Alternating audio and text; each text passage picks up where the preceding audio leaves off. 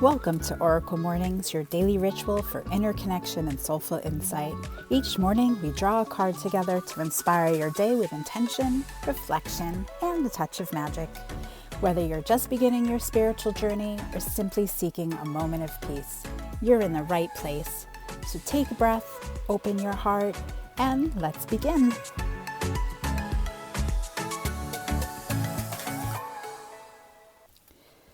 Hello, my friends.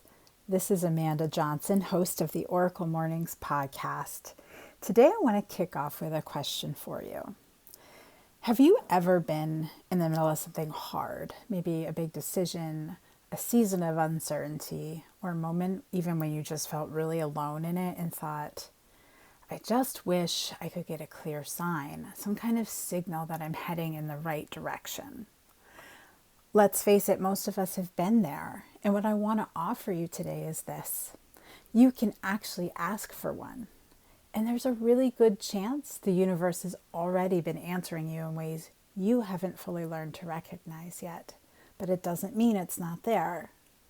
We recently did a whole episode on synchronicities, which were those meaningful coincidences that show up around us. But today we're going to go a layer deeper and focus on something a little more personal than that, with the signs themselves, what signs you might be seeing. It has to do with the specific symbols and signals that develop between you and the universe over time. We'll talk about how you invite them in, how to recognize them, and how to stop second guessing yourself when they arrive. And our card pull today is going to be a perfect example of this, as it always is. Asking a question, staying open, and then seeing what comes back. So let's talk about signs versus synchronicities and the difference there. So if you listen to that episode on synchronicities, you already have the foundation. So if we want to draw a clean line between the two, so it doesn't feel like repeat, we would think of it as synchronicities find us. They happen around us without looking for them. Maybe it's that perfectly timed song, a number on a license plate, or at just the right moment, or a stranger saying something that had answered your question. Signs, though, can be more personal than that. They are often symbolic language that develops between you and the universe over time. And unlike synchronicities, signs can also be invited. You can actually ask for them. So if you think of it this way, synchronicities are like the universe tapping you on the shoulder to get your attention, where signs are the universe learning to speak your specific language. And the more that you pay attention, the more fluent that conversation becomes. So you might be thinking, how do you actually ask for a sign? Sounds a little beyond my belief. So if it feels a little awkward and you're new to this, the asking can feel a little strange, but there is no ritual that's required, no candles or special words, no framework you need to learn first. The asking is simply the intention, a sincere, open request. You can say it out loud, say it in your head, write it in your journal. Something as simple as, I'm open to receiving a sign. Show me something that helps me trust the direction I'm heading. Or if you're in the middle of a specific decision, if this path is right for me, please give me a clear sign within the next few days. But the most important part, and this is often what people skip, is what comes after you ask. You have to release the how. You have got to try and release the how. You do not get to decide what form the sign takes. Your job is to ask sincerely and then stay open. However, I do want to put a little caveat in there. I have played with this quite a bit, asking for certain signs, and I know of some other people who have as well. Mostly when they're playing around with it, like, yeah, go ahead and show me a purple elephant if this is something you really want me to pursue. And then lo and behold, you step into a cafe that has some flyers on the wall and there's a picture of a purple elephant. So you can do what feels right to you. I think the most important part is just to remember that you can't force this. You really just have to kind of put it out there and say, okay, my order has been placed. This is the same as ordering your food at a restaurant. So you place your order, the wait person takes it, and they deliver it to the kitchen. But do you go to the kitchen and ask, hey, how's my order doing? Are you making it like this? Can I see it? You don't go and bug the chef, right? You just expect that it will arrive when it's time for it to arrive.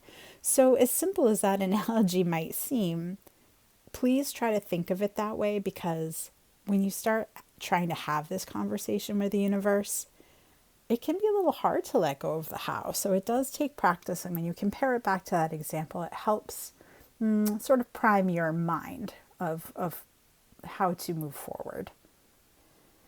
And sometimes the sign comes quickly. Sometimes it takes a few days.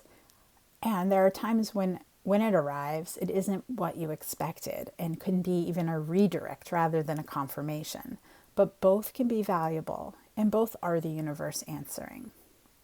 Now, one of the most common signs, or this language that you may have heard about before, is called angel numbers. And it's one of the most common ways people tend to start receiving signs, at least based on what I have been told or what I have researched. So again, everyone's experience is their own, but I'm just sharing with you what I have come to know. So when they start receiving these signs or angel numbers, especially at the beginning of a spiritual awakening, it's often repeating numbers, and you wonder what they mean. So let's talk about it. Here's a quick guide that for the ones that come up the most. 111 or 1111 can mean alignment and new beginnings. Your thoughts are in sync with what you're calling in, often described as a manifestation portal or a signal of what you're focused on right now carries extra energy. And just to let you know, I did create this as a list so that I would remember what to share with you. So it may sound like I'm reading, because I am.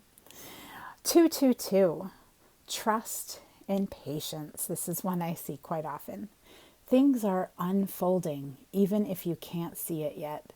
A gentle, keep going, you're on the right track. 333, creative energy and expansion often shows up when you're being called to step into something bigger. 444, protection, stability, and support.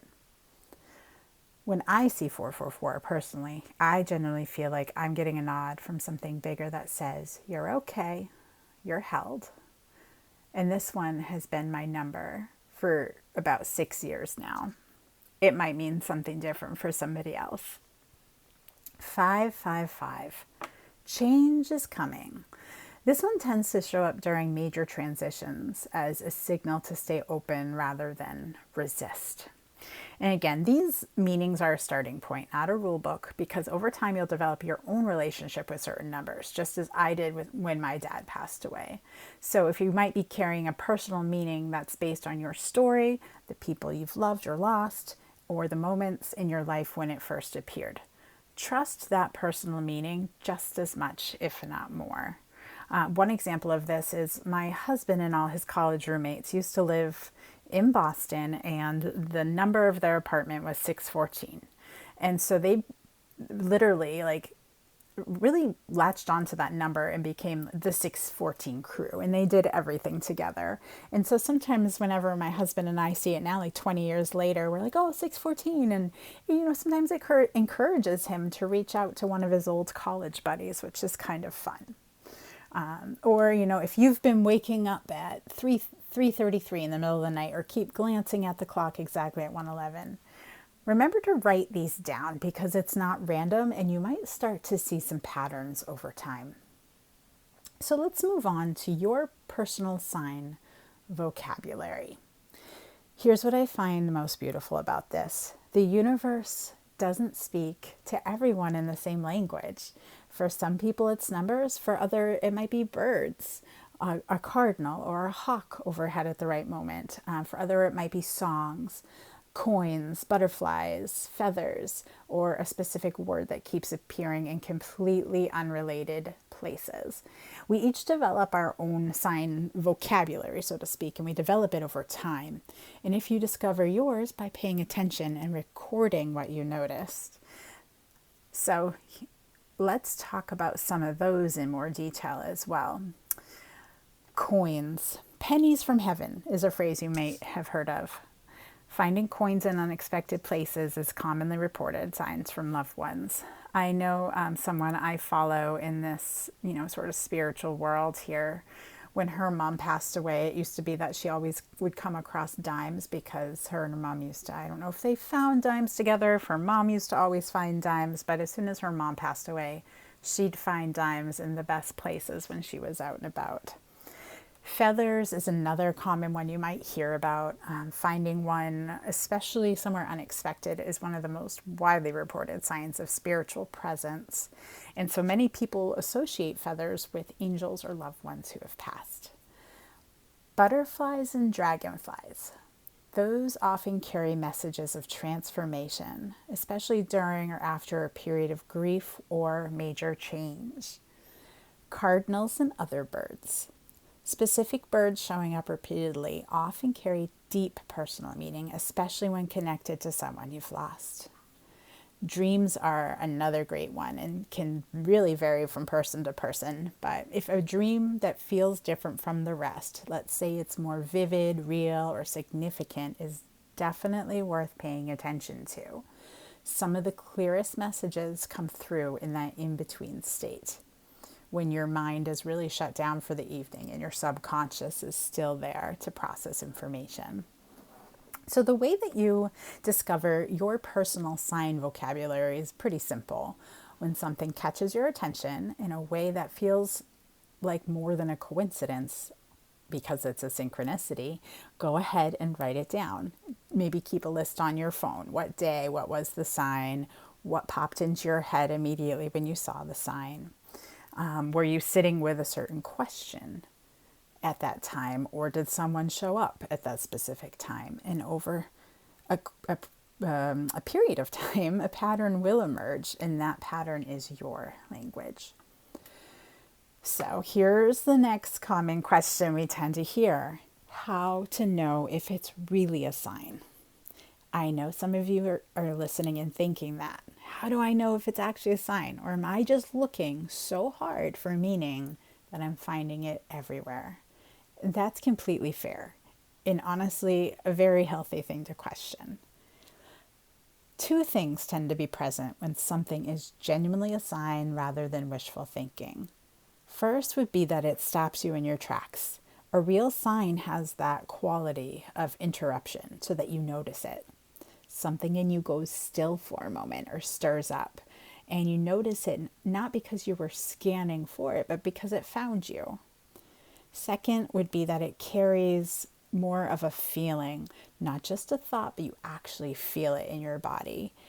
A warmth, a recognition, sometimes even maybe you get a little bit emotional and your nervous system responds. So you're having a physical reaction to this sign. And wishful thinking tends to feel more anxious and searching, like you need the sign to be there, when a genuine sign tends to feel more like a quiet, oh, like something just clicked. You are allowed to ask for confirmation. If something shows up and you're not sure, just say, if that was a sign, please show me again, and then give it a few days and see what happens. It's not necessarily doubt, but it's being a good student of your own experience, especially as you learn this language between you and the universe. The goal isn't to become hypervigilant or feel like you can't make a move without a sign, but the goal is to open the channel of communication. Let yourself be in conversation with life rather than moving through it all alone. You'll feel way more supported that way. And now I'd love to transition into our card reading. And because it is our guides, angels, ancestors that are probably often the ones sending signs to us, I decided to pull from the Oracle card deck called Angels and Ancestors by Kyle Gray. And the card I pulled today is called Drum, Dream and Journey. go ahead, take a deep breath in and out. Close your eyes if you're able to at this time. Drum, dream and journey. Journey inwards to uncover insights and information that will be important for your path. Then follow the guidance. This drum is inspired by the sacred drum of the Sami, the indigenous people of northern Norway, Sweden, and Finland. In shamanic traditions in all four corners of the world, the drum is recognized as the main tool used by medicine men and women to direct their will and aid meditation. A drumbeat can become hypnotic and send those listening into an altered state that can allow them to journey to the spiritual realms and meet their guides. When the drum card appears in a reading, there are opportunities for you to dream or to bring an inner vision into reality. You are very connected to the other worlds at this time. The wisdom and intelligence of the earth and her magic surrounds you. The drum, which echoes the sound of Mother Earth's heartbeat, has cleared the cobwebs and dust from your inner vision. What you have seen in your dreams and inner vision is not imagination, but guidance, particularly if it has been coming to you repeatedly and has the potential to become reality. Dreams come true. Know it and live it. Go ahead and take a moment to reflect.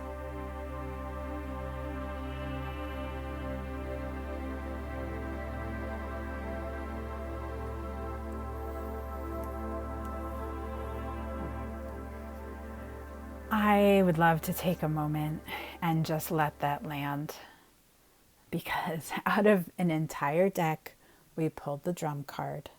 And the message on this card, journey inwards to uncover insights and information that will be important for your path. Then follow the guidance. That is this entire episode in one sentence. And the extended message in the guidebook speaks directly to the inner vision, the idea that what you've been seeing in your dreams and in quiet moments is not imagination, it's actually guidance, especially if it's been coming to you repeatedly, just like the signs and synchronicities we've been talking about. So the card is essentially saying, the signs you've been receiving are real. Your inner vision has been cleared. What you're seeing is not wishful thinking, and it's guidance, and it has the potential to become reality. So going back to the drum, in shamanic traditions, the drum is used to journey to other realms and meet guides, and it's a tool for receiving. And that's exactly what we've been talking about today. Opening up, tuning in, and receiving what's already trying to reach you. I also wanted to point out the line that what you have seen in your dreams and inner vision is not imagination, but guidance, particularly if it is becoming to you repeatedly. That right there is the answer to the question so many of us ask. Is this real, or am I making it up? And the card is telling you, if it keeps showing up, pay attention. That's not coincidence, that's communication. And then the closing line of this card was really lovely. Dreams come true. Know it and live it. That, I don't feel like that's just a nice sentiment. It's an invitation to actually trust what you're receiving and let it move you forward and let it move through you. So pulling this card today, I think, was a great example of a synchronicity and a sign. And it also leads us into our reflection questions for the day. So again, as I always say, you can journal on them, record them on your voice app, listen to them on a walk, and think it over, feel it over, whichever way you'd like to do that. Number 1, is there a question or a decision in your life right now where you'd love some guidance? And take a moment to actually name it, and then consider asking. Out loud in writing or quietly in your heart, ask sincerely, release the how, and stay open over the next few days to see what arrives. Number 2, looking back, Are there any signs that have shown up repeatedly in your life that you might have dismissed as coincidence? Maybe an animal, a song, a number, or a dream that kept coming back. What might it have been pointing to?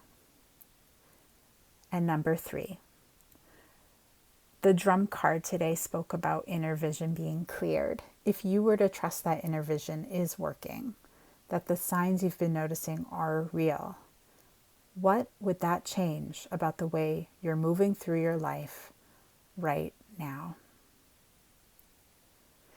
Thank you so much for joining me today. As always, feel free to reach out. Let me know what signs and synchronicities you've been seeing.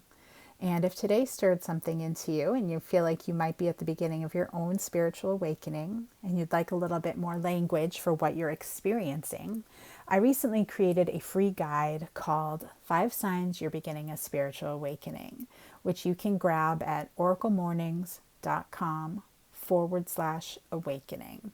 It's a great companion to everything we talked about today, and I will also include a link in the show notes. I hope you have a beautiful weekend, and we will talk again soon. Take care. Thank you for joining me on another episode of Oracle Mornings. Please take a moment and follow the show so you never miss an episode. Simply open the app you listen to podcasts on, such as Apple Podcasts, and hit the follow button. Your support means the world, and I'm so grateful that you choose to spend part of your day with me. And remember, you are a miracle.